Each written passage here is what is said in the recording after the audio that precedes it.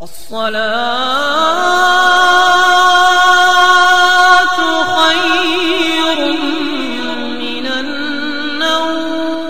نے رشیا کو شکست دی ہے. دیکھو افغانوں کی قربانی پہ پانی نہ ڈالا کرو. افغانوں نے بہت بڑی جنگ لڑی ہے سوویت یونین سے. رشیا نے مختلف ریاستوں کو نگلنا شروع کیا تھا. ازبکستان کھا گیا, آذربائیجان کو بھی کھا گیا. وہاں کے مسلمان نہیں ٹھہر سکے اس کے سامنے. بہت طاقتور تھا, بہت ظلم کیا اس نے. اسی نیت سے آیا وہ افغانستان. لوگ کہتے ہیں امریکہ اور روس کی جنگ تھی, تو اس وقت کیوں نہیں چھڑی جب آذربائیجان میں روس آ گیا تھا؟ اس وقت روس اور امریکہ نے جنگ کیوں نہیں چھڑ دی؟ جب ترکمانستان پہ روس نے قبضہ کیا تو اس وقت امریکہ نے جنگ کیوں نہیں چھڑ دی؟ رشیا کے مقابلے میں کیوں نہیں آ گیا؟ ہوا یہ ہے کہ جب افغانستان آیا رشیا اور اس نے افغانستان میں بھی مکمل تسلط قائم کیا, تو اس کو یہ خواب و خیال میں بھی نہیں تھا کہ مجھے یہاں سے واپس جانا پڑے گا, کیونکہ اس نے سوچا تھا میں اتنی بڑی بڑی ریاستوں کو ہڑپ کر گیا, اس کو بھی ہڑپ کر چکا ہوں. یا تو شروع میں ہو جاتا نا بھائی, شروع میں لڑ کے مجھے گھسنے ہی نہ دیتے, اب تو گھس کے ہر محکمے پہ قبضہ کر لیا میں نے. افغانوں نے الحمدللہ غلیلوں سے اور پتھروں سے لڑائی کا اور آغاز کیا. وہیں کے مدارس کے علماء طلبہ اور جو لوگ دین سے جڑے ہوئے تھے. افغان آرمی بھی کس سے مل گئی تھی؟ رشیا کے ساتھ. حکومت بھی اس سے مل گئی. ایسے موقع پہ اسباب کی دنیا میں لڑنا ممکن نہیں ہے, مگر افغانوں کی عظمت کو کروڑ مرتبہ سلام. 16 لاکھ سے زیادہ انسانوں کی قربانی دی اور روس کے تسلط کو برداشت نہیں کیا. اور وہ ہاتھی جو اپنے پنجے گاڑ چکا تھا, اس ہاتھی کسی کے اوپر پاؤں رکھ کے کھڑا ہو جائے نا تو منت سماجت کر کے تو اس کو ہٹایا جا سکتا ہے. ہم نے یہ منظر دیکھا ہے تھائی لینڈ کے جنگلات میں. ہاتھی جب سامنے آگے کھڑا ہوتا تھا نا تو وہاں ہوش ہوش کرنے پر پابندی تھی, ٹھیک ہے نا. جیسے بلی آ جائے نا ہوش کر کے بھگاؤ, کتا ہے تو آپ ہوش ہوش کرو, ڈر جاتا ہے. ہاتھی جب غصے میں ہو اور سامنے آ جائے تو وہ ہوش ہوش سے یہ نہیں کہ چل یہاں سے بھاگ, وہ ایک سونڈ لہرائے گا اٹھا کے. پھر اس کا طریقہ ہوتا ہے امن شانتی کے ساتھ تمیز سے, آپ ایسے کھڑے ہو جاؤ اور قومی ترانہ شروع کر دو بہت, کیونکہ وہ تو ہاتھی ہے. اس کے لیے قدم آگے رکھنا آسان ہے, قدم اٹھانا مشکل ہے. اور آپ اس کے قدم کو ایسے اٹھاؤ ہاتھ سے پکڑ کے, وہ تو دوسرا قدم بھی رکھ دے گا. رشیا کو سفید ریچھ کہا جاتا تھا, سفید ریچھ. ظلم اور بربریت کی داستانیں قائم کی تھی افغانستان میں. اللہ افغانوں کو جزائے خیر دے, جنہوں نے اتنی قربانیاں دی ہیں, اتنی قربانیاں دی. کیچڑ لے کے ٹینکوں کے شیشوں کو بند کر دیا کرتے تھے. ایک ایک ٹینک جب گولے برساتا تھا 400 شہید ہوتے تھے, ایک پہنچنے میں کامیاب ہو جاتا تھا. نہ اسلحہ چلانا جانتے تھے, نہ کچھ بھی نہیں جانتے تھے. گلیلوں سے ڈنڈوں سے وہ جانتے تھے. انہوں نے کہا کہ ہم خدا کے وجود کا انکار کرنے والا اس کو اپنے ملک میں برداشت نہیں کریں گے. یہ تو اللہ کا منکر ہے. میں یہاں پاکستان میں ایسے چرسیوں سے بھی ملا ہوں جو چرس پیتے ہیں مگر وہ روس کے دور میں لڑے ہوں. میں نے کہا یار تم تو چرس بھی پی رہے ہو, لڑ بھی رہے ہو, یہ کیا ہے بھائی؟ وہ ایک آدمی اس سینما گھر کی لائن میں کھڑا ہوا, کہہ رہے ٹکٹ دو. کیوں بھائی؟ کہہ رہے مجھے نماز کی دیر ہو رہی ہے, جلدی دو بھائی. بولے یار نماز کی دیر بھی ہو رہی ہے, فلم بھی دیکھ رہا ہے. تو میں نے کہا یہ چرس بھی چل رہی ہے اور تم کو ہم نے ادھر اس وقت بھی پیتے تھے. کہہ رہے مورچے میں بیٹھ کے پیتا تھا اس وقت. میں نے کہا یار مورچے میں بیٹھ کے چرس بھی پی رہا ہو, لڑ بھی رہا. کہہ رہا یار لڑ اس لیے رہے کہ ٹھیک ہے ہم اللہ کے نافرمان ہیں, مگر اس خدا کے وجود کا انکار کیا جا رہا ہو.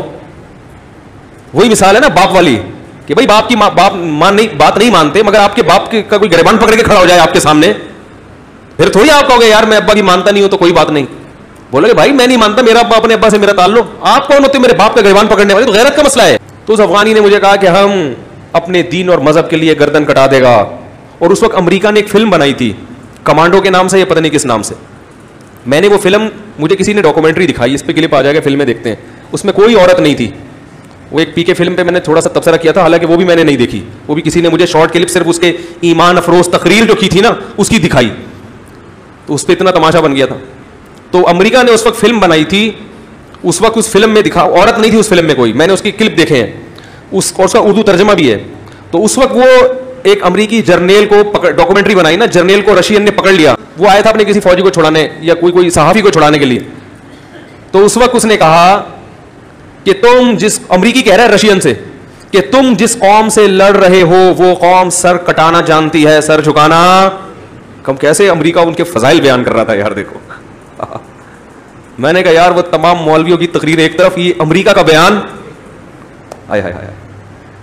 اور سنا وہ فلم ان کے سینما گھروں میں دکھائی گئی کہ امریکی کمانڈر کہہ رہا ہے کہ تم جس قوم سے لڑ رہے ہو وہ قوم سر کٹانا جانتی ہے, سر جھکانا. آج یہ سارا کریڈٹ جو لبرل لوگ ہیں نا, جو جہاد کو نہیں مانتے, وہ سارا کریڈٹ کس کو دے دیتے ہیں؟ یہ تو امریکہ کی جنگ تھی, روس کی جنگ تھی, یہ تو یہ تھا. ٹھیک ہے امریکہ نے مدد کی ہے, مگر امریکہ نے جب دیکھا کہ یہ افغان کھڑے ہو گئے ہیں اور رشیا کے بس میں ان سے نمٹنا نہیں ہے, ہارے گا, پھر انہوں نے کہا چلو انگلی کٹا کے ہم بھی شہیدوں میں نام لکھا. کیونکہ رشیا سے تو سبھی خوار کھا رہے تھے نا, کہ امریکہ بھی پریشان تھا رشیا سے, جس طرح وہ پھیلتا جا رہا تھا. پھر تو سب نے مدد کی ان کی, پاکستان نے بھی کی اور سعودیہ نے بھی کی, سارے ملک اکٹھے ہو گئے. اور لیکن وہ آخر میں ہوا ہے. اصل تو جنگ کس نے لڑی ہے؟ اور دوسری بات, اگر کوئی مدد کر بھی رہا تھا تو جان کون پیش کر رہا تھا؟ بھائی میرا کوئی دشمن ہو, آپ میرے دشمن سے لڑ رہے ہو, اسلحہ میں دے رہا ہوں, لیکن جان پہ کون کھیل رہا ہے؟ اسلحہ دینے والے کی قربانی نہیں ہوتی, قربانی اس کی ہوتی ہے جو اسلحہ لے کے سامنے لڑ رہا ہوتا ہے.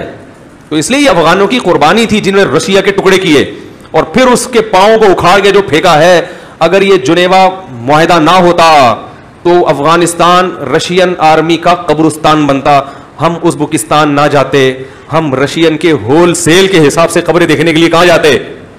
افغانستان. امریکہ بڑا سمجھدار تھا, اسی لیے اس نے افغانستان میں وہ طریقہ اختیار نہیں کیا جو کس نے کیا؟ اس نے آ کے الیکشن کروا کے پٹھانوں کی حکومت ہی بنائی. ٹھیک ہے جو مرضی سیاست کی اس نے, لیکن اس نے کہا پنگے بازی, ٹھیک ہے نا, ڈائریکٹ اس طرح سے پنگے بازی صحت کے لیے نقصان دہ. ابھی وہاں دینی مدارس بھی اگرچہ حکومت امریکہ کی ہے اور لڑائی ہو رہی ہے وہاں پہ, حالات ابھی بھی کنٹرول میں نہیں ہے, لیکن وہ بدحالی نہیں ہے جو رشیا کے دور میں تھی. مدارس ہیں, مساجد ہیں, نمازیں ہو رہی ہیں.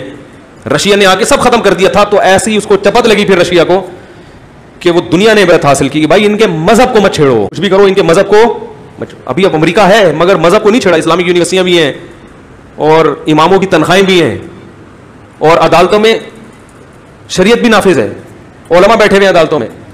لیکن بہرحال ایسے حالات نہیں ہے جیسے پہلے ہوا کرتے تھے افغانستان کے, اور چل رہا ہے ابھی بھی سلسلہ. تسلط ابھی بھی قائم نہیں ہوا, معاہدے ہو رہے ہیں, دونوں کے بیٹھ کے میز پہ بیٹھتے ہیں اور بغیر کسی نتیجے کے. طالبان کا یہ کی دعویٰ ہے کہ پہلے فوج لے کے جاؤ, وہ کہیں گے لے کے ہی جانا ہے تو پھر مذاکرات کس بات کی کرنے بھائی. وہ کہہ رہے ہیں نہیں بیٹھ کے مذاکرات. تو یہ چل رہا ہے, دعا کرے کوئی خیر کی صورت نکلے, افغانستان میں امن قائم ہو. تو بات کو میں ختم کرتا ہوں. تو جب افغانوں نے اس کے قدم کو اکھاڑا ہے تو الحمدللہ پھر وہ اپنے ہی ملک میں پنپنے کے قابل. اور یہ تو رشیا نے بڑا اچھا کیا کہ ان ریاستوں کو خود سے اس نے آزادی دے دی. اگر آزادی نہ دیتا تو یہ افغانی رشیا کی سرحد میں ان لوگوں کے ساتھ مل کے اس ملک میں گھس کے روسیوں کو مارتے اور وہ بھاگتے. وہ کہتے ہم نے وہاں تو پٹائی کھائی ہے, کم از کم یہاں تو چھوڑ دو ہمیں.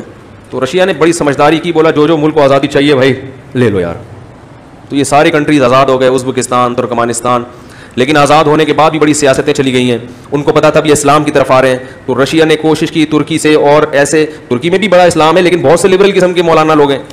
اس ٹائپ کے مولویوں کو اس نے کہا کہ سعودی عرب سے اور انڈیا, پاکستان, بنگلہ دیش سے علماء نہیں آئیں گے یہاں پہ, کیونکہ یہ فنڈامنٹلسٹ قسم کے مولوی ہیں. یہ کیا ہیں؟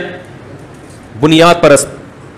تو اس نے کہا کہ یہ بنیاد پرست قسم کے جو مولوی ہیں یہ یہاں نہ آئیں. تو ایسے لبرل لوگ آئیں جو لڑکیوں سے اختلاط کو بھی جائز قرار دیں, اور ان سے وہ بس لبرل قسم کا اسلام جس میں 2-4 نمازیں بھی آ جائیں تو کوئی مسئلہ نہیں ہے, سب آزادی. تو اس طرح کے لوگوں نے وہاں کے کلچر کو خراب کیا. الحمدللہ علماء کی بڑی جماعتیں گئی ہیں, حضرت مفتی تقی عثمانی صاحب گئے اور بڑے بڑے علماء. یہاں ہم جس دورے پہ گئے وہاں بھی بڑے علماء تھے اس میں الحمدللہ. تو اللہ کا شکر ہے وہ لوگ بہت تیزی کے ساتھ دین کی طرف آ رہے ہیں. اور ایک اچھی بات ان میں ہم نے یہ دیکھی, وہاں قبریں تو پختہ ہیں جو حکمرانوں نے بنائی ہیں, جو غلط ہے, لیکن قبروں پہ بدعتیں نہیں ہیں, قوالیاں نہیں ہیں, قبروں پہ سردے نہیں ہیں, قبروں کو چوما چاٹی نہیں ہے, قبروں پہ وہ جو بیٹھ جاتے ہیں لوگ اعتکاف کر کے, اس ٹائپ کی چیزیں نہیں ہیں. میں کہہ رہا تھا اتنے بڑے بڑے بزرگان دین اگر پاکستان میں ہوتے تو کیا حال ہوتا, کیا لنگر ہی چل رہے ہوتے صبح سے شام. تو میں کہہ رہا تھا کہ اللہ کرے یہ لوگ کسی بدعتی کی ہتھے نہ چڑھ جائیں. ابھی تو بالکل فریش لوگ ہیں.